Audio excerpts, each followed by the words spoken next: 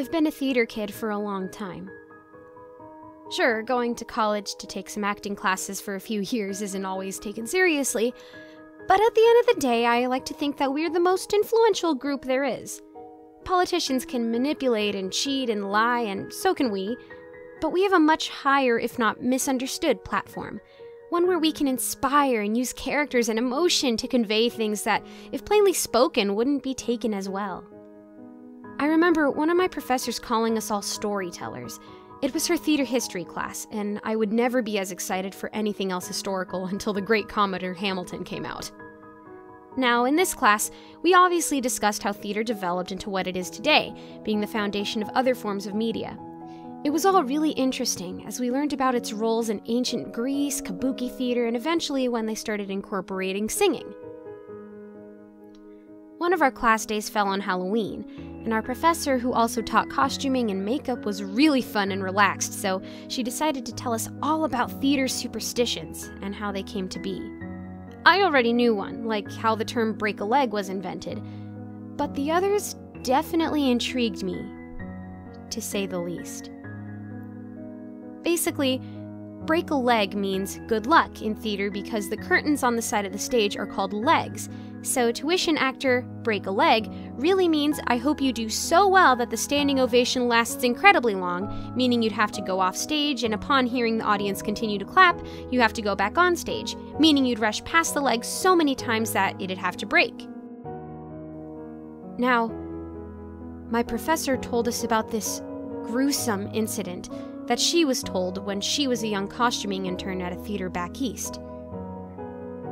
It was for a play called You Can't Take It With You, and the actor playing Martin was apparently a crowd favorite in that town. Every night was more or less the same, she said. The Martin would get the most applause after bows, and he'd have the most people waiting to greet him after he got out of costumes and makeup. One particular performance, the Martin's granddaughter, who he had never met before, was brought by her father to meet him for the first time after seeing his show.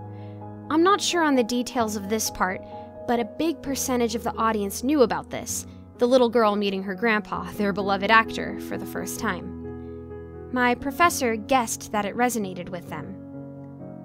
Well, after the show, he got a standing ovation, as usual. After the applause died down, his little granddaughter cried tears of joy to see how celebrated her grandfather was, that she was part of his legacy. Her father noticed her crying, and then the people next to them, and more audience members after that. They began clapping again, but this time facing her so as to encourage her in her grandfather's wonderful meeting. Now, the applause for him went on for about 7 minutes, my professor said, and that's pretty legendary.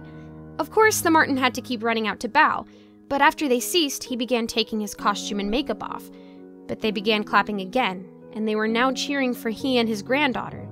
So the Martin ran back out, wig taken off, sporting a different shirt and only wearing one shoe. He rushed as fast as he could, but in his haste and in the darkness, he bumped into one of the curtains, the leg. He heard the applause so close now, the cheering so near that he slapped and reached and grabbed for the leg, but had become all turned around within it. The thick curtain got tangled around his face, and so close to the stage as they were applauding, he suffocated. His shows were supposed to run for a little over a month. But the show must go on, and his understudy gravely assumed the rest of his nights. It was a very sad, disturbing story in class. But my professor reminded us that as fun as theater is, the stage is something to be respected. I guess being a theater kid is serious business after all.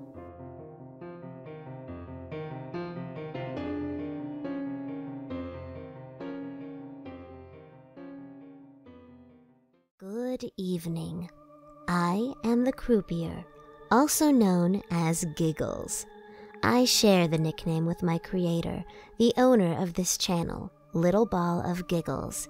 She has informed me that she is now taking donations, so I am announcing our new Ko-fi page. The link is in the description.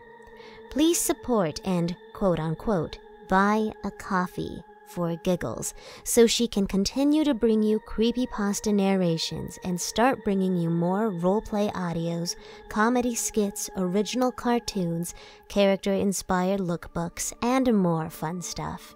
A donation is $3 each, though you may feel free to donate more, less, or not at all. Any and every donation is deeply appreciated. Thank you for your time. And if you ever feel the need to hand over your existence to someone rather than your money, drop by my casino for a friendly card game.